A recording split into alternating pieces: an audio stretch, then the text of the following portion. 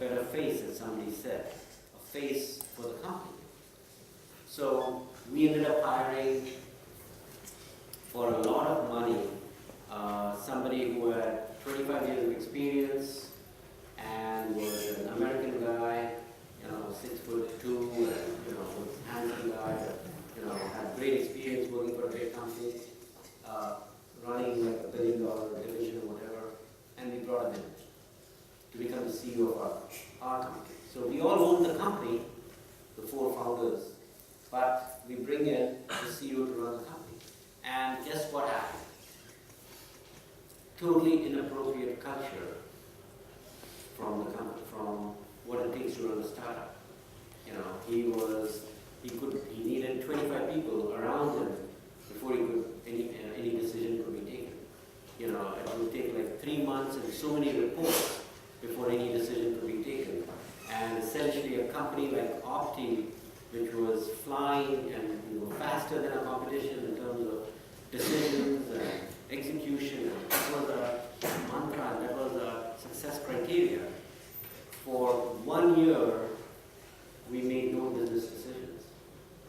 And as a consequence, the competition just started killing us in the marketplace. It's pretty obvious that we may have a CEO who looks really good, who can say all the nice things, but can't take decisions, can't execute. And finally, we went to the board of directors and had to fire him. But guess what? The company paid a heavy price because to lose 1 year for a startup in the marketplace is really expensive. So, as the co-founding team, the board of directors could not make the decision. And the co-founders were not now kind of at the executive level, but yet they can meet on Saturday, they can meet at home, they can discuss in private and say, is things going right for us or not going right for us? So your responsibility for the ultimate success of the company never goes away. So what I meant was that if you hire some guy for something specifically, Yeah. and he starts taking over like the overall responsibility. No, nobody can take over. People can't take over as long as, everybody's a little Yeah, go on.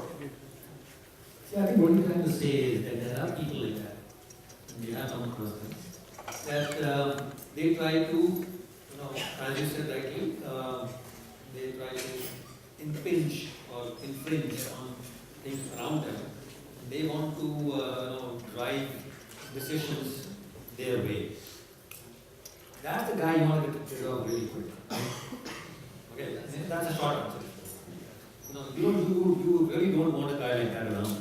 Because anybody who's going to disturb the equilibrium of your team is bad news.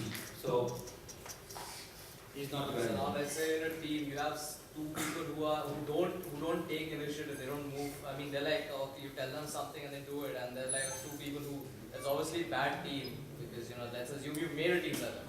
There's 2 people who take decisions and 2 who don't take decisions. So you bring in a 3rd guy who's like that, and and this is what happens. So there's like. But that is what the CEOs are supposed to do. They will look at, see, for example, there are jobs that people do which is not functionally distributed. Okay? Like for example, risk management. Risk management is something that is not a separate function. It is normally part of the CEO's job, but it is, he works with all his team members to make that happen. Now you find that there's some guy who is more capable of, who has a penchant or the outlook to handle that kind of work. You will give him that extra work. You may have a guy who's just so fond of his engineering that he doesn't want to step out of his box at all. In which case, let him handle what he's doing well. So there is going to be some amount of overlap. It is impossible to have 5 guys who are completely just in their own arena and they don't have to go. You have to have overlaps. Okay, but you want to have overlaps without creating tensions. So very often within a group of 4 or 5 guys, they will automatically bow to a guy who they feel is slightly superior. And you can look at it and let people know that he is your second in command. So you can give him a position which allows him to do that if you think it's in the interest of the company. But that call is the CEO. So I think it leads nicely to this slide, because really what we are talking about now is the dynamics that are going to happen in your company as an executive team comes along and the co-founders of the company are not going to be running the company, actual function of the company. So the executive team comes along, and this executive team, some of the basic rules that I've learned are try to keep it as flat as possible. So a flat organization is one where there's not too much, okay, I report to this manager, he reports to another manager. It's not a hierarchical, major hierarchy, lots of levels of hierarchy out there. Within 1, 2, 3 levels, even the receptionist reports all the way to the CEO, right? So that's called a flat organization. So you want to keep the organization as flat as possible, because that automatically reduces a lot of what they call company politics. In a small company, you don't want to worry about company politics. You want people to be focused on work. The other thing, very important in a small company, is to see that you hire executives that also do a little bit of hands-on work. There are a lot of executives, especially in the corporate world, by the time they work for 10 years in a big company, they're doing no hands-on work. All the work that they do is management. They're auditing people, they're giving them work to do, they're rating them, they're doing recruiting, they're doing everything but the job, right? So in a startup, you cannot afford those kind of people. So basically, you want to hire executives who do a combination of hands-on work and department management. Another thing that you're going to watch out for is executives that essentially come with a whole bunch of friends that go from company to company. It happens all the time. So a VP of sales comes in, and before you know it, he brings 5 other director of sales and field sales that come with it. And, he would say that, look, these are the people I trust. I know what they can do. I know their capability. They're the best. The biggest risk that you face is that the pros are there, the positives are there, that he doesn't have to build a relationship again, etc. But the negative is that there's no way for the CEO to cross-check what's really going on in the sales department. So the VP of sales gives a forecast, and you don't know whether that number is right or wrong, because all the other people are so loyal to the VP of sales, because he's the one who's taken them from this company to this company to this company, that they're not going to do anything to kind of hurt the reputation of the VP of sales. So you end up in a situation where all the information is locked up in this silo, and you're going to miss your quarter sales number and not have any understanding as to why that happened, right? So basically, and the same thing is true for engineering. You hire a new VP of engineering, you put all his friends there, as director of engineering, you have no idea if the product features are being added properly, it's going to, the product is going to release on time, etc. So every department can face the same problem. Some other important things are, getting into some very tricky stuff, which is the board of directors that you formed, and we're going to spend a whole session on board of directors, is people who have got lots of experience and who are very well connected in the industry and so on. I mean, it's going to be people with very sophisticated people, and then the exec team that you've brought in is also going to be people with 10, 20, 30 years of experience. And then the founders, especially the new founders that we have for kind of startups that are happening these days are going to be very young. So guess who the board would like to talk to? To the executives. And the founders find that they are being sidelined. So it leads to a tricky situation, and some of the things that you learn in future classes is how do you anticipate what's happening in terms of backdoor communication and how to handle it. Right? So backdoor communication is where the executives are connecting with your board of directors and bypassing the CEO or bypassing the normal reporting channel. So the executive team is something that is has to be put together carefully. Now, if you're going to build a great company, you're going to need a great executive team. So you do not want to compromise on the quality, because these are the guys who've got the 10, 20 years of experience, they've got the network, they've got their friends working in all the different companies who can buy a product, who can provide you partnerships, etc. But the point is that it all comes with some consequences. There are some cons also associated with it for the founding team who own the company, right? So, you want to add to that? No. Okay. So let's move a little bit quicker to a couple of slides. Okay, moving on to crisis management. The important thing to realize is that startups are going to be in a continuous state of crisis. And the crises are going to come from every direction. I think the easiest one is running out of money. But the second commonest problem is the product has bugs. It's not everything that the customer wants. It malfunctions in the field. You shipped it out. The product is out. Being shipped abroad or whatever, and it's not working. So malfunctions. Key employees are quitting.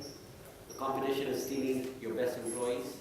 Your competition typically might be a big company that you have gone ahead and beaten by having a better technical product, and everybody says, we better get a better product implemented than the small company's product, and then they put in some recruiters to find somebody who can do it, and they'll say, hey, why don't we steal the key employees from the startup? The startup cannot afford to pay a good salary, they have to work 14 hours a day, why don't we just steal their employees? So key employees can be stolen from your companies, and the competition is attacking your business all the time. So, in a startup, it's crisis 24 hours a day. 7 days a week, 30 days a month, 365 days a year. It's crisis all the time.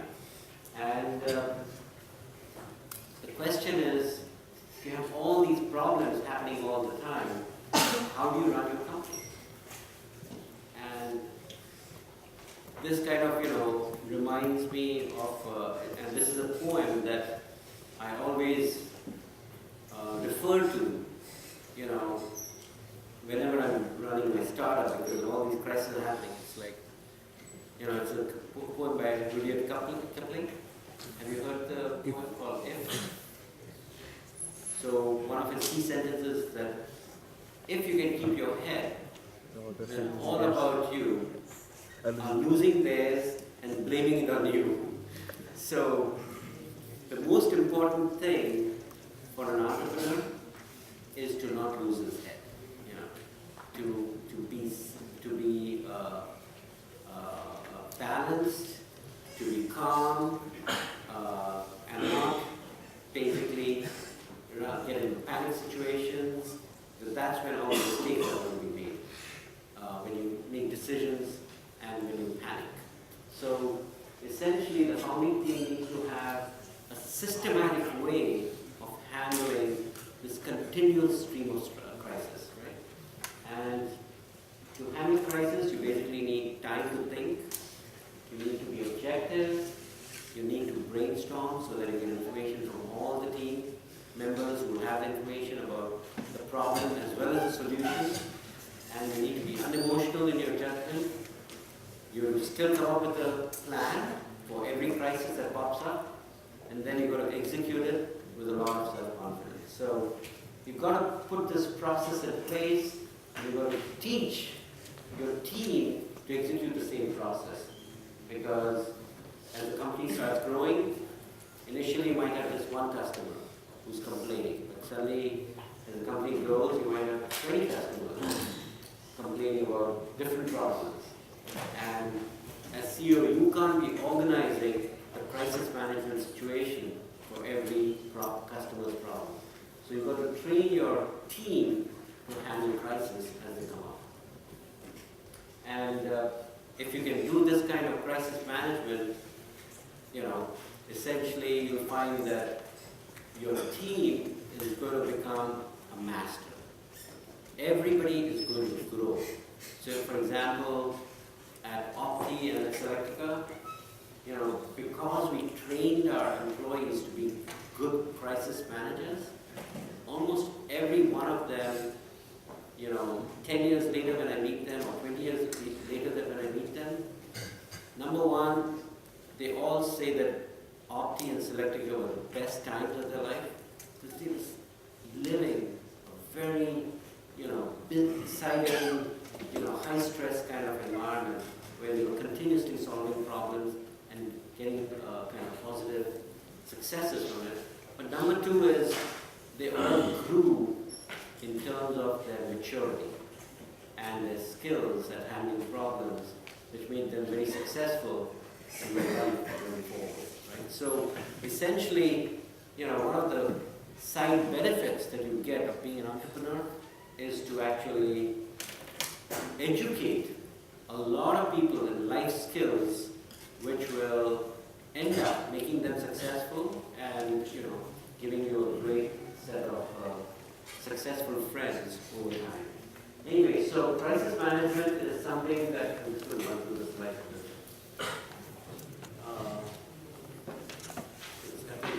And we'll take about 5 minutes more. So crisis management is something that a lot of you guys should think about.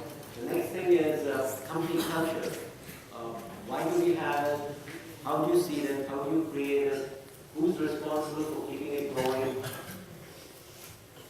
So basically, the company culture is something that, as an entrepreneur, not only do you have the opportunity to do it, but you also have the responsibility to do it. You can just let it happen, and you become whatever company randomly happens, or you can decide to actually, in a planned way, put in some processes that makes it happen. So I'll give you some examples from. So one of the things that you'll find in big companies in particular is that 50, 60, 70, even 80% of the time, most people in the company are in meetings. You agree? 50, 60, 70% of the time. When I was at Intel, my calendar from 8 o'clock in the morning to 5, at least I had 5 or 6 meetings, 1-hour meetings to discuss the priority, discuss the customer situation, discuss the future, discuss the strategic roadmap, discuss the pricing policy. 5 or 6 meetings every day, which means I have 2 hours to work. So my total job had to be done in 2 hours at Intel. And so when we decided to start a company, Opti, which was going to compete with Intel and everybody else, I said that, if we can just eliminate meetings from the company, Opti, no meetings, we will end up with a company that's already 4 times more productive than Intel in the chipset business. So we said we're going to eliminate all meetings during the week. And but yet, decisions that we've taken, right? Pricing decisions, customer problem situations, all these decisions still need to be taken. So what we said is that we will have, and initially, all the founders of the team were running all the different departments. So we said that all meetings will be held on Saturday by the founders, and then over time, we added more managers also. So all meetings are on Saturday. So when you have meetings on a holiday, what happens? Decisions go pretty fast. People are. Number two is that, you can also give people time. There's no deadline. It doesn't have to be a 1 hour meeting. If there's a lot of conflict and discussion going on, you can have a 2 hour meeting to discuss one topic until there's a consensus. So essentially, we basically set some rules that all meetings are on Saturdays.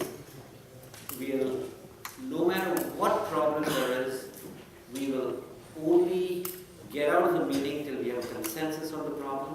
So we made some policy decisions about how we were going to take decisions.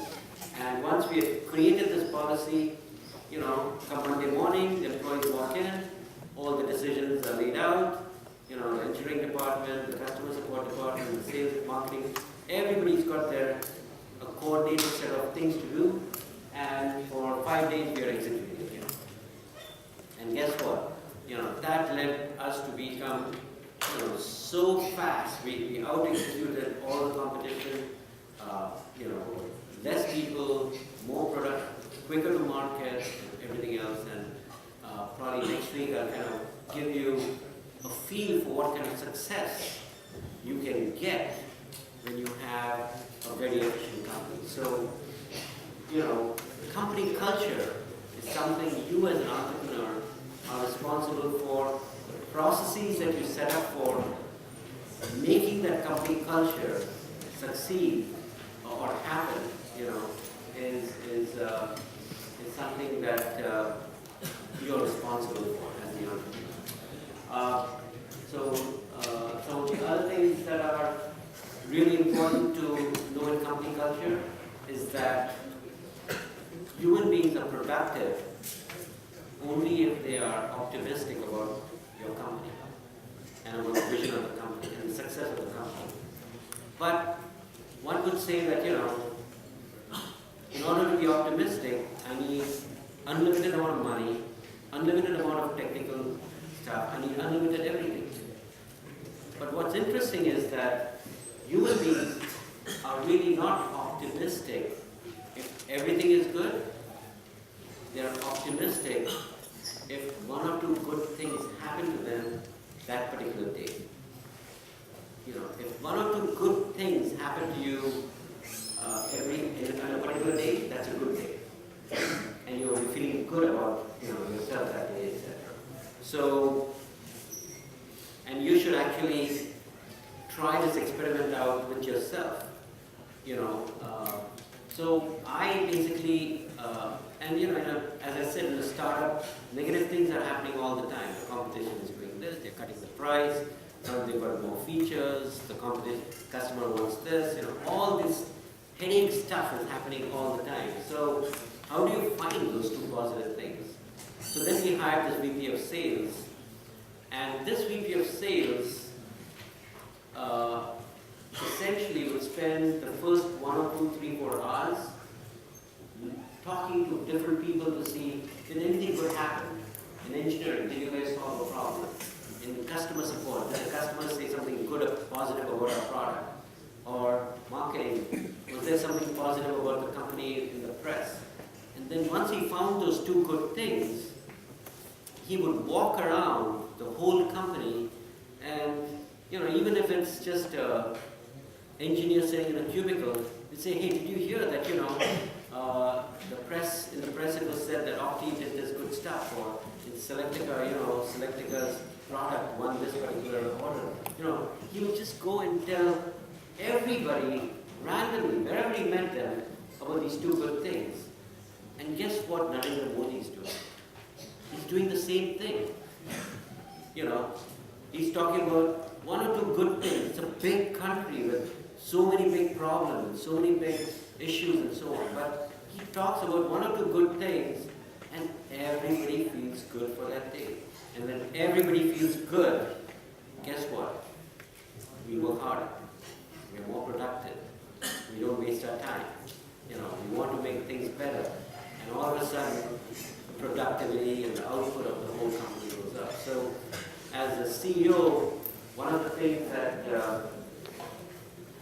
Alok pointed out to me is that, why don't you tell a story about the lab, where they keep the problem of the company to themselves. Yeah, one of the things that you have to do as a CEO is that you cannot allow all the problems that you face to go further down to everybody else. CEOs and senior management have to be very careful that they have to be able to absorb the issues, the major issues, and not allow it to go through to the junior staff. Because the moment it goes into the junior staff, your entire the mood of the organization goes negative. All of us know, I mean, at least you guys don't know it yet, but you will know it soon enough.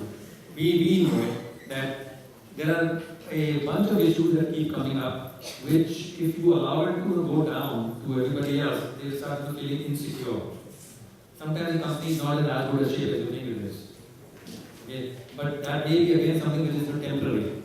It may be something that is not going to last for long, and that you're going to be able to tide over it and to come out trumps at some point in time. But the guys who are working for you don't know that. The moment they start feeling that this company seems to be not engaged, they start going to knock it or come. So that's not what you want.